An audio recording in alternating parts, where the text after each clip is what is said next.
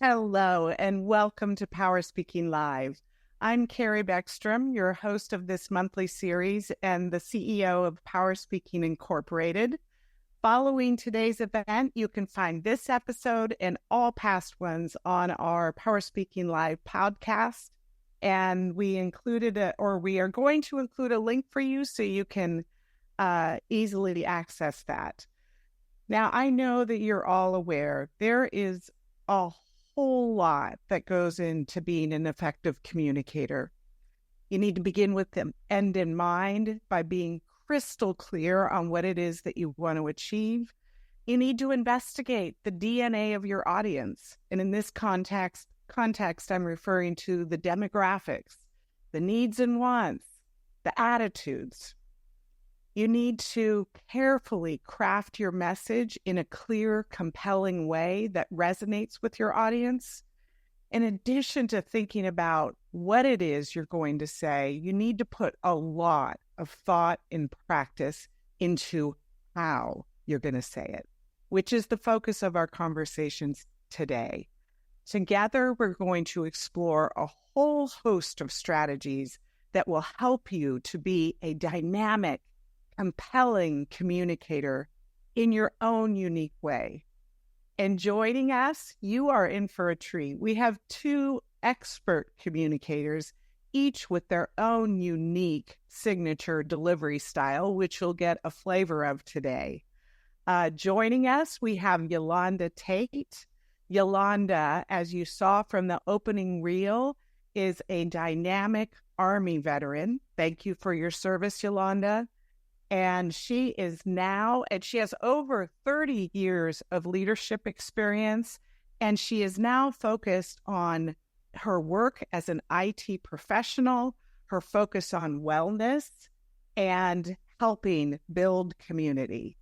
I first met Yolanda at, Yolanda, I think it was in May, at a Women in Technology conference in Washington, D.C., where she was facilitating a panel discussion on a very important topic all around how we go about closing the Black talent gap in the technology sector. And I have to tell you, the moment Yolanda stepped on stage, I was immediately captivated by her incredibly magnetic delivery styles. So thank you so much for joining us today, Yolanda. Oh, thank you, Carrie, so much for having me. I'm excited to talk about this wonderful topic and especially to be here with you and Bill. So this is phenomenal. Wonderful. Wonderful. And also joining us is Bill Treasurer. Bill is the Chief Evangelist Officer, engagement. Is it engagement, Bill? Encouragement. Encouragement. I knew it started with an E. Could you just be normal and make CEO stand for Chief Executive Officer and not have to do something clever that's hard to remember? All right. Bill, let me do this over, is the Chief Encouragement Officer of his prosperous business, Giant Leap Consulting. Bill is an award-winning author, an evangelist of courage, a speaker, and a consultant. And I have had the pleasure of seeing Bill in action on numerous occasions in which he has captivated his audience with his wit, his compassion, and his impeccable timing. So, Bill, thank you so much for joining us. Carrie, thanks so much for having me. What a great honor to be working with PowerSpeaking. And Yolanda Tate, she's been doing this for 30 years, and look at her.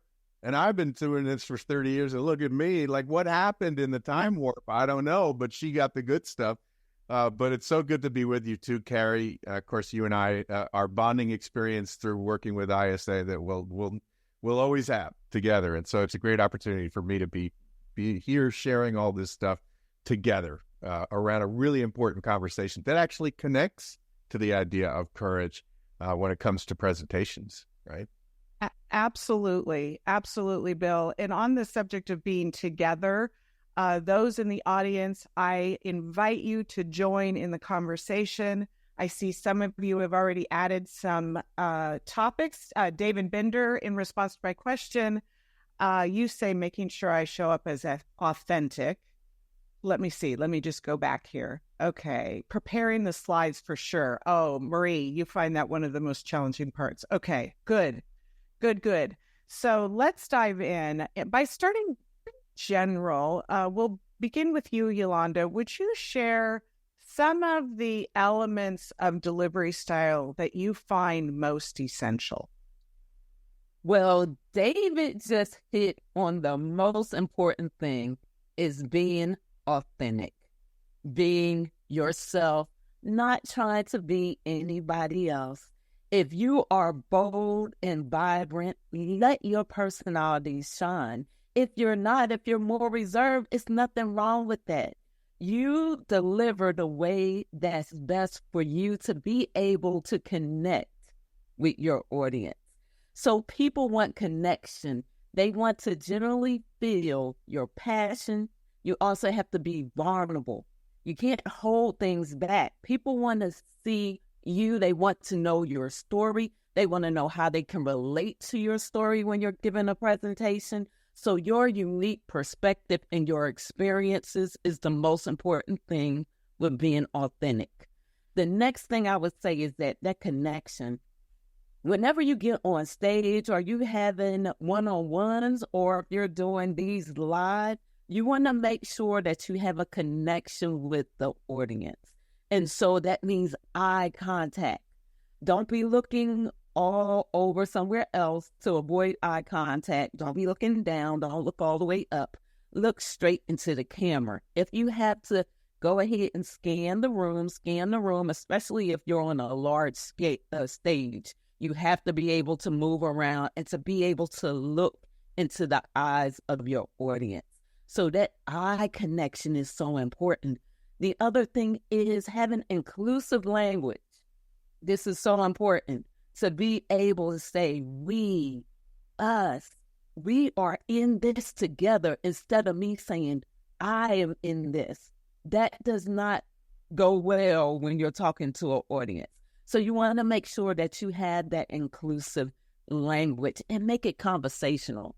So you don't want it to be a one-way thing where people don't really feel like you're just monotone, I am just going to talk about this right now. I'm not going to use any inflection or do anything. No, you have to be able to use your voice to be able to inflect, know when to pause, so that you can allow your audience to kind of gravitate to what you're saying, to understand what you're saying. So all these different things, eye contact, the way you hit your voice, just having a conversational tone. The other thing is storytelling. And I know Bill is going to get into this a lot, but storytelling. So when you first start a presentation, you always want to structure it with an opening, a middle, and a closing. And that opening needs to be something that's going to grab your audience attention. It could be a story that aligns with whatever you're talking about, or it could be a joke or humor, but make sure it has something to do with your presentation. And then also it could be like a fact. It could be a question that you ask the audience, but then you follow up with like a startling statistic, something that's going to grab them and be like, oh my gosh, so that way they're drawn into whatever your presentation is going to be. And then the last thing I would just say is that energy. For me, I'm a high energy person. So sometimes you have to read the room. Well, you always have to read the room.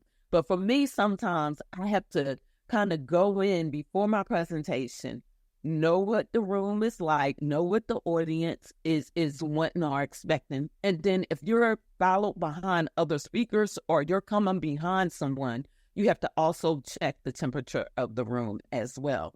So understanding your energy. You can't always go in and be high powered. So I have to check myself sometimes and be like, okay, I can't come in just over the top. Sometimes I have to come in and meet the audience where they are at and then bring them along. So all of those things are so important when we're talking about your delivery, but most importantly, being authentic. Most importantly, be authentic. Thank you so much, Yolanda. And as you were going through all of those considerations, what's coming to my mind is I feel that underscores the importance of preparation. Some of these things come naturally for people, but to pull all of that together while also being in the moment and being ready to flex takes a lot of practice and experience. I'm seeing both of you nod. Bill, yeah, Yolanda covered a lot. What would you add? Well, just to put a button on that last point, you have to honor the work, right? You can't phone it in. If you do a 1 hour talk, you might do 7 hours of preparation in getting to know the audience and getting to know the outcomes and the messages that they'd like to reinforce that also complement your work. And one of the things that I do in terms of preparation, I learned to do this the hard way, is that I use these big fat note cards, right? And I don't write down every single thing I'm going to say. I write keywords to make sure that I know the flow and I know the stories that unpack a single word, right? And I bring it up to the podium. And I'm telling you, Carrie, I never look at it. I pretty much never look at it. Maybe when I'm doing a breakout, I'll take a quick glance and such. But I very little refer to it. And after the session, I never take them home. I always throw them out. It's the honoring of the work, the actual writing it down the evening before, so that I'm getting engaged, I'm getting involved, I'm showing the work that I deserve to be in the room, and that I'm honoring the work and delivering goodness to these people. Because otherwise I'm not taking it seriously enough, and I don't deserve to be in the room. Excellent. Yeah, I love that point of honoring the work and showing respect to your audience. I think it's disrespectful, frankly, to come in unprepared. And yeah, you shouldn't be on that stage or in that room if you're not prepared. We got some really great feedback on that topic, Bill. So let's talk about some of the most common mistakes that you've seen, and Bill, if you could lead with this, that you've seen presenters make that get in the way of connecting with the audience and providing that engaging, meaningful experience. Yeah, and let me say, in all truth and in all transparency, I've made these mistakes myself. So this is not me pointing the finger and saying, what do I see these other people do? Like, Bill has made these mistakes. So I can speak authentically from the experience. The first one is being the hero of your own story. So telling a story where you come in on the white knight and you save the situation, and now you're going to impart your wisdom of the lessons that you're giving people because you're smarter than them, is really what you're telling them. When you're the hero of your own story, it's much better to share a story where you got something wrong and you learned something the hard way. And it's more authentic and vulnerable to be able to do that. So too much self-promotion, too much you-focused and not enough them-focused. The second one is talking about what you want to talk about versus what they want to hear about. And now you have your own, like in my case, the idea of courage and the umbrella concepts that stitch to that. It's kind of my area, it's my realm. But I need to know what it is that they're coming from, their starting point, what it is that they're wanting to hear, what would be valuable to them, so that now I could take my message and find the interstitial between what they're needing to hear and what I have to share to tell them. So instead of talking about what you want to talk about, talking about what they want to hear about. The third would be relying too much on the authority of others. I did this before too. For example, years and years, I would tell the story of Ed Viesturs. Ed Viesturs is a mountain climber that has been to the top of Mount Everest 7 times. Well, his story is really compelling, and it connects the idea of risk-taking and courage, which I speak about a lot. So I would tell his story about this guy that did these things. And after a while, I was like, why am I telling his story? It's not my, I didn't ever go on to Mount Everest. So now I bring Ed into my leadership classes. He tells his story, and then I work my concepts around courage and risk-taking. So speak from what you have, your authority. I understand that we want to talk about some book that we read or some researcher that showed this and that, but you have to have the voice of your own authority. You have to come in. This is where knowingness comes into place. Really knowing your material and your content and your point of view so deeply that you don't have to rely on cards and you don't have to rely on the expertise of others that you're continuing to quote to substantiate your thoughts. Rely on your own point of view and your own thoughts. If you want to have an occasional quote of somebody else, fine. But you're the authority in the room. Speak to the voice of your own authority. I would also say slide mismanagement. One of the people chatted in about, putting together the slide material, having too much content on the slide, loading a slide up where you're reading the slide to them and they're having to read it too. And now we're all balled up in the density of a slide. Too much content on a slide, boring slides, having too many slides, and a slide should accompany you. It shouldn't be the feature of the story. Bad grammar on your slide is another one. I've made mistakes on slides. I found later I was aghast that I made them. And then I think one other one to drop in, and it'd be my final mistake, is not having a moment in your presentation for reflection and especially application. You want them to leave the room doing, saying, or thinking something different, and you want them to identify that. So allowing time, maybe you put them in accountability pairs at the end, maybe you put them in a breakout, maybe you just give them 60 seconds where they write something down, then they share with you the takeaways that they had, but some moment of reflection of application so that your presentation wasn't cotton candy for the mind, that it was actually something useful for them that they could take now and put together in their own careers and lives. Wow. So much packed in there, and interesting.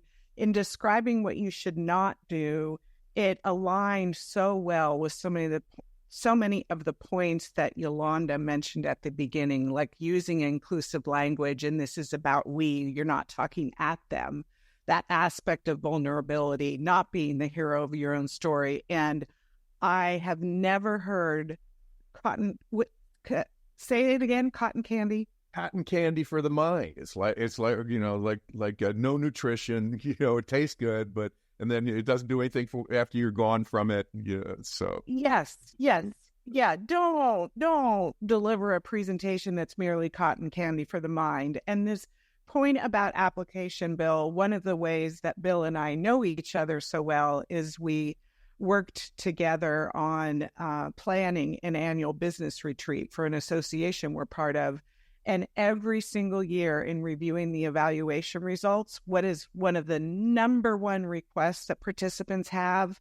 I want each presentation to include actionable takeaways, things that I can go back and immediately apply. So yes, I can't underscore that point enough.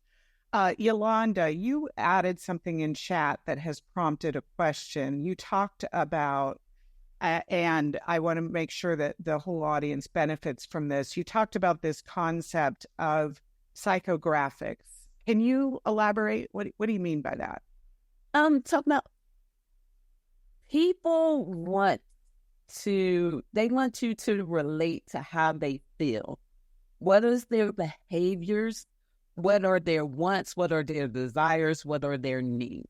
So you need to know when I say the psychographics of your audience. So for example, I was saying if you were talking to a bunch of aspiring leaders, you don't want to go in there and talk about if you have been in leadership for over 30 years and talk about from the perspective that you're at now. You want to go back 30 years ago when you were aspiring leader too, to how they felt, how you felt, because you can relate to how they feel now. What is the information that they need? What is going to empower them? So just kind of going and saying facts and statistics and doing all this, you want to be able to relate with a story where you can say, I've been there with you. I understand what you've been through. And this is how I got through it. Because a lot of times people tell their story, but they tell when they at the end of the story. They don't tell you from the beginning how they were able to get through, how to break through, how to relate. And so knowing where your audience is at is very important. So know those psychographics.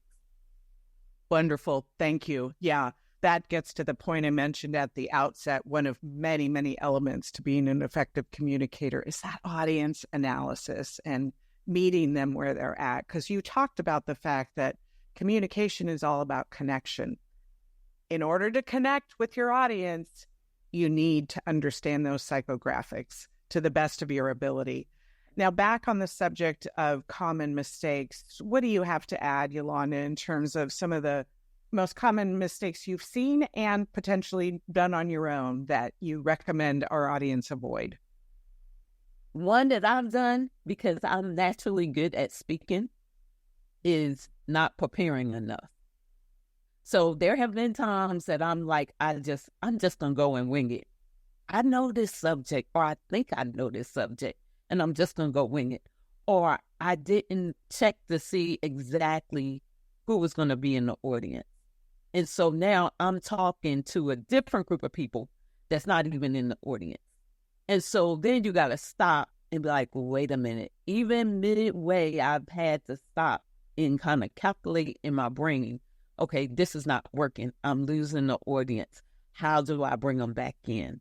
And so you got to be able to know how to react, especially if you do something like don't practice. So I'm glad you brought that up earlier, because preparation is so important so that you don't fall into the trap where you're talking but not talking to the right audience. And so that's important. And then the other thing is, if you're on the large stage, using the stage, instead of just standing in one single point and not talking to the whole audience, that's another mistake that I have made in the past. And the other mistake that I've made, this is simple, but this is something I've had to work on and I'm still working on, is holding the microphone. Because I'm one of those people, I like to just talk and not hold anything. And so I'm better with a lapel mic or something. But if I have to hold a microphone, then that's when nerves come in. And so learning how to hold the microphone, using any kind of technology that you may have and using it the right way and not just referring to it. So like if you have a clicker, not continuing to just hold the clicker and not move. And it's so many things that you have to do, and it all comes with preparation. So I would say not being prepared. Yeah, excellent. And being prepared to flex. I know I said that before, but you made me think of something that, happens a lot at the Women in Technology conferences, depending on the number of people that you're going to have on stage at any given time. You may be told in advance you're going to have a lavalier, but then in the moment, the AV person may tell you, you know what, we've got to have all the lavaliers for the palace, so you're going to have to use a mic. So, be prepared to adjust and be comfortable with different types of technology that you may just have to navigate. Shoot, Yolanda, you said something that sprung in a thought, and it's just escaped me. Darn it. It'll come back. Bill, were you going to say something? I'd drop in with a quick story that connects to some of what she said. Maybe it'll jostle loose the other piece while I'm there. You go. But the piece about preparation is so key. If you're ever saying to yourself, I got this, that's a bad sign, right? Like, so one of the very first talks that I ever did, I had a book that was coming out. It was my very first book. It's called Right Risk, 10 Powerful Principles for Taking Giant Leaps with Your Life. It's about risk-taking, personal risk-taking. And, I was younger, and now I had an audience that was going to have like 100 people from a church in Atlanta, and it was a singles group. So I got invited to speak on my risk-taking book, and I thought, well, that's awesome, because like, hey, when you're single, you got to get out there, and you can't be on the wall. You got to be the person to get off the wall and ask for the date. And I'm like, this connects to risk-taking. So that was my starting position, right? So I'm like, all right, I got my deck, and I know the points. I just wrote the book on it. It was easy peasy. I'll just go in there like a half an hour beforehand. I get there a half an hour beforehand, and then people start trickling in at about 20 minutes beforehand in walkers. That a lot of people are like, they're like in their 70s. Now, that it was, the singles were widowers, not young bucks out there trying to make their way in the world. And now I had to pivot. You talked about the, being adaptable. It freaked me out. Suddenly I'm starting to perspire. I got through the situation. Instead, I turned it much more conversational, hearing stories from their lives about risks that they took that made all the difference. So I came through it unscathed, but man, did I learn a lesson about knowing your audience. Thank you for sharing that. That's a good story. That's a good story. But that's all about pivot, which is so important. Know how to pivot. It is, yes. So you both have talked a lot about preparation. I mentioned it at the outset. Can you get a little bit more into how-tos? How do you prepare for a presentation to ensure your delivery style will resonate with your audience? Yolanda? So for me, several ways. So one thing is standing in front of a mirror and actually going over what you're going to talk about. Visualization as well. So I use the mirror as one technique, go through my whole presentation and continue to go through it, run through it, look at the key points, act like it's an audience there. Visualize that you're talking to your audience. Think about if you make a mistake, how will you go ahead and correct that mistake while you're in the middle of your talk? Because a lot of times people will freeze up when they make a mistake, or if they forget something, then they'll freeze up instead of realizing that the audience doesn't even know that you messed up until you do that. And so just knowing, if you mess up, how you're going to react to it. So doing those is very key. And then the other thing is bouncing it off of somebody. Get somebody who you know that is, okay, so if I'm going to be doing a talk to veterans, I'm going to get somebody who's a veteran. Then I say, hey, do you mind if I spend 10, 15 minutes with you? I got this talk, this presentation that I need to do. I want to bounce it off of you. Can you please give me some good feedback? So that way you can get feedback to know what you need to adjust as well as you're preparing for your presentation. Wonderful. Wonderful. Anything you'd add, Bill? Well, just to, really reinforce the point, the same points. I'm definitely going to have the upfront stakeholder interview with the people who are asking me to come in, right? I'm going to ask them about desired outcomes, messages they're wanting to reinforce, what led them to come to me to bring me in, and is there something in particular about my message that they wanted to underscore? Other speakers that they've had that they thought did a great job, and those that didn't. And what caused those things to not work out the way that they wanted them to work out. So there's a lot of upfront just conversations with those folks.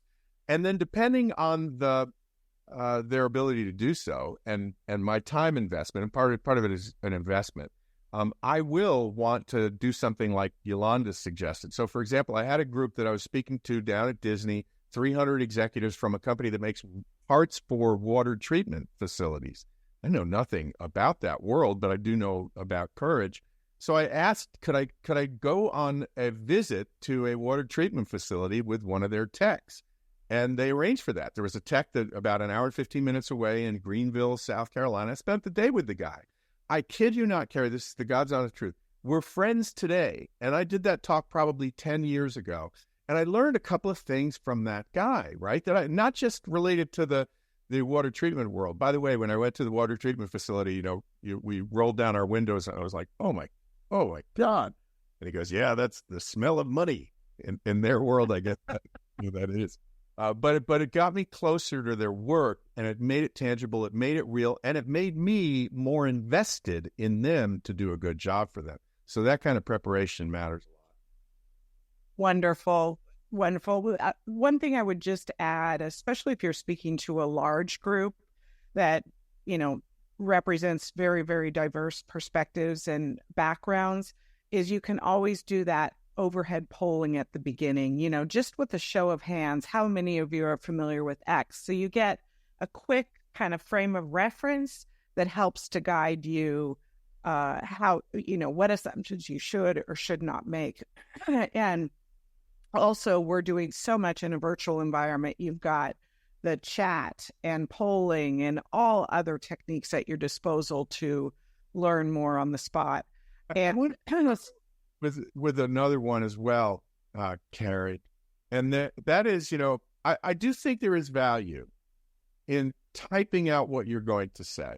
And that's not so that you get up and then read verbatim what you wrote. But so that you have a certain flow, you know the word choices, but it's not enough to read it.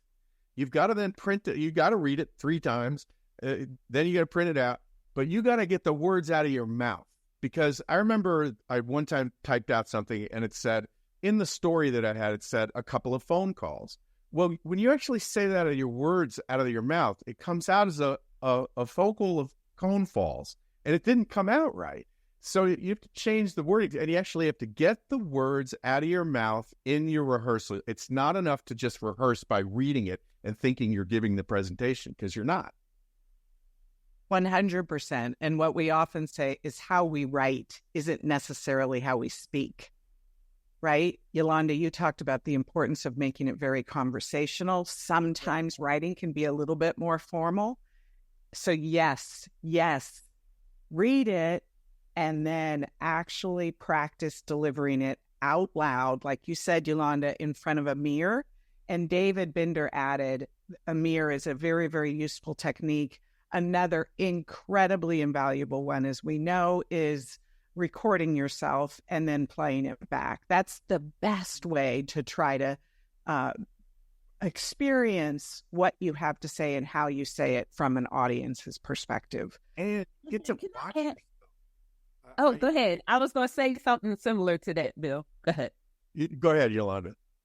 No, I was going to say the same thing with watching yourself, but also hearing yourself.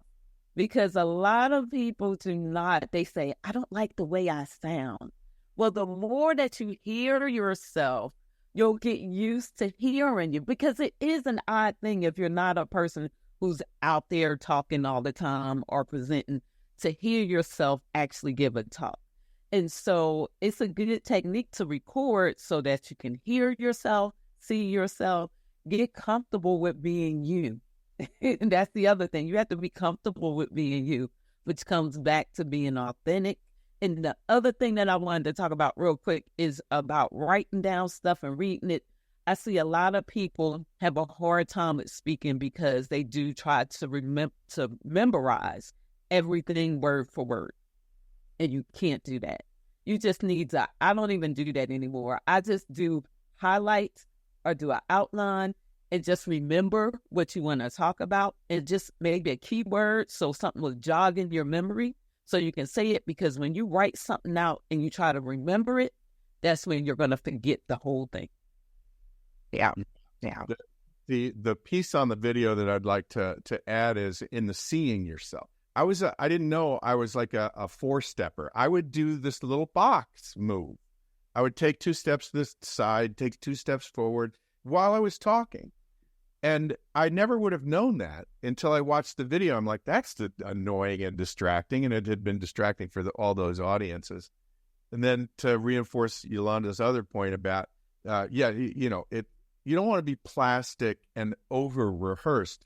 What you want is to pull all your messages into knowingness so that if you ever hit the podium and there were no notes up there, or even if your slides failed, you could speak from the center of your knowingness, which is the voice of your authority. Absolutely. Bill, just to build on something that you just said, earlier in my career, I played back a recording of a presentation that I had delivered, and I saw that I repeatedly used this hand gesture, kind of like this. And I went to my team and I said, have any of you ever seen me do this? Immediately, oh yeah, that's the Carrie claw. So that's just a thing. You've been that. Why didn't you tell me? So let's talk a little bit about the power of feedback and how that plays into improving our ability to be a really effective presenter and kind of cultivate that unique delivery style. Yolanda? So for me, feedback is important in anything that you do. And the reason why it's important is so that you can grow as a better speaker, so that you can deliver more value to your audience. And so I think a lot of times people shy away from feedback because they look at it as criticism and don't understand that there's a difference between feedback and criticism. And so with that feedback, you can take that to be able to look within to see what it is that you need to change within you to be able to present something that's going to leave a lasting impression for your audience. And then also with feedback is you have to be willing to accept it. That's the other thing. A lot of people don't want to accept it. They may get it, but then they're like, no, that's not what happened. Yeah, if you get a lot of people that tell you, you continue to do the same thing. For example, like you said, the Carrie claw, you would never known that if you had never asked to get that feedback. Like for me, there were some people, like I said, with my energy sometimes is really over the top and can really push some people away. And I had to ask people that, and they was like, yeah, you can take it down a notch sometimes. And so you have to be able to recognize and be able to accept that feedback in order to get better, not just for yourself, but also for those around you. Yeah. Wonderful. It is a gift, as cliche as that sounds. It truly is a gift. And I appreciate you bringing up the point of you need to be in a place where you can actually take it in and get better because of it. So you talked, Yolanda, about the importance of authenticity. I also really appreciated at the beginning that you made it very clear that developing an engaging delivery style doesn't mean you have to be super outgoing, right? You can be really effective while making it uniquely your own. We're not suggesting that you have to try to be someone that you're not. So, Bill, could you talk a little bit about how you went about and advice you have for others in helping to really cultivate their own unique delivery style? So I have a book called Leadership 2 Words at a Time, and 2 words that I would give anybody, and I did before I ever wrote the book, when it comes to giving presentations, 2 words that really matter is you got to be yourself. You got to be yourself. Now, you got to be your better self, right? Because my kids call me Airport Bill when I'm at the airport. That's a part of myself, but you don't want to be around Airport Bill, right? So I got to be my better self. And it takes a while to you've got to tell your stories a lot. You have to understand the nooks and crannies of your story. You've got to know when the powerful pause is. You got to know when the dramatic moment is. You have to know the punch moment where you're really trying to reinforce a point. And that doesn't come instantly. It will take time to develop your own uniqueness of style, to embrace your uniqueness of style, to know it, to identify it. It took me until I was 50 years old to be able to wear wingtip shoes that are sneakers too,